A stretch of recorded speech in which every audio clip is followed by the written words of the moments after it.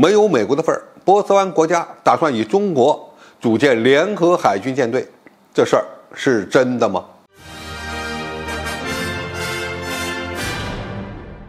观众朋友，大家好，我是付先生。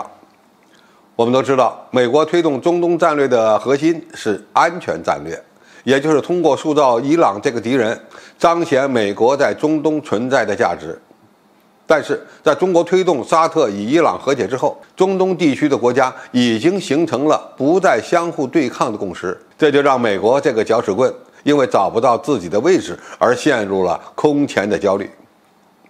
直到有一天，美军发现自己组建的联军被盟友抛弃了，这标志着中东地缘政治真的变天了。据中东媒体国家评论网站报道，伊朗、沙特、阿联酋和阿曼将与中国合作，组建一支联合海军，以保护波斯湾的安全。当然，这个消息还需要证实，因为更大的可能是由中东国家共同组建联军，而不是中国军队要参与合作，或者中国军舰只是偶尔客串一下罢了。如果这些国家要是缺少军舰的话，那么中国的军工企业正好可以给他们出口物美价廉的军舰。比如沙特和阿联酋采购一批054A 护卫舰就非常合适。海湾地区生产了世界上将近1/3的石油，拥有世界1半以上的原油储量，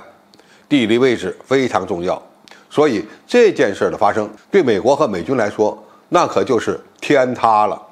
因为自己的小伙伴们不玩了。本来美国在中东地区建立了一个联合舰队群，这个群包括34个小伙伴。这支舰队的主力就是总部设在巴林的美国海军第5舰队，其目标是打击红海和海湾地区的恐怖主义和海盗行为。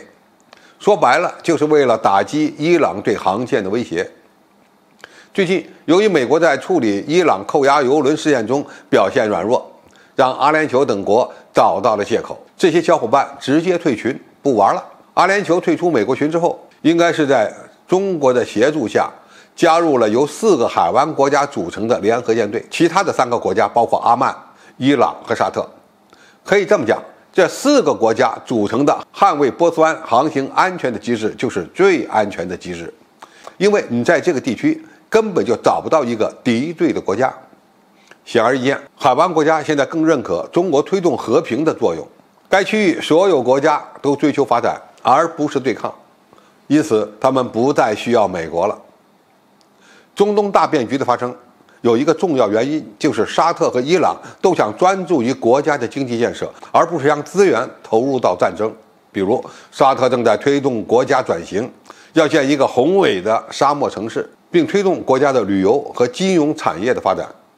这就需要一个和平的外部环境。与伊朗和解之后，他们就不需要再在也门投入巨额资源，伊朗也不再需要把大量的资源投入到胡塞武装那边。可以说，让区域国家都成了大赢家。当然，中东战略格局的新变化不符合美国的利益。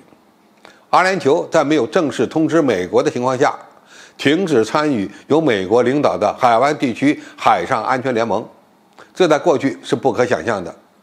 用伊朗革命卫队海军司令阿里雷扎·坦西里的话说，波斯湾的安全是由伊朗和该地区国家提供的，不需要美国或任何其他国家出席。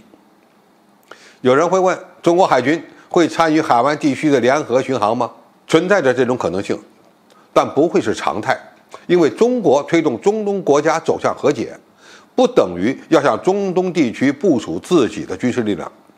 更大的可能还是我们前面所说的，帮助区域国家走向战略自主，发展一支自己能够控制的海军力量。其实，中国最大的利益就是推动中东地区实现和谐，而不是直接挑战美国的利益。只要这些国家认可中国推动和平的努力，那么中方将最终收获区域国家的尊重，成为中东地区和平的最大受益者。